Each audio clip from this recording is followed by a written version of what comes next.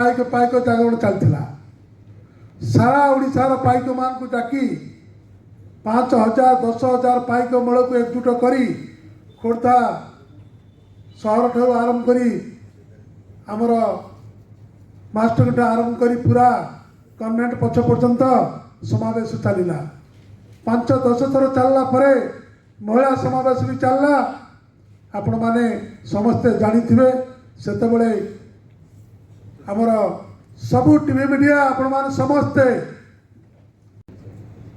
ओडिशार कोणे कोणे आसीथिबा समस्त डिजिटल भाई भौणी माने मंचर बसिथिबा गिरिजा बाबू सत्य बाबू एवं आमर वकील भाई ठू आरंभ कर जिते वरिष्ठ बंधु माने मु समस्त को प्रणाम करुच्ची एवं धन्यवाद दूची।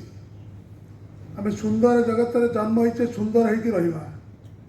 इच्छा शक्ति जार थाई सफलता तार थाई।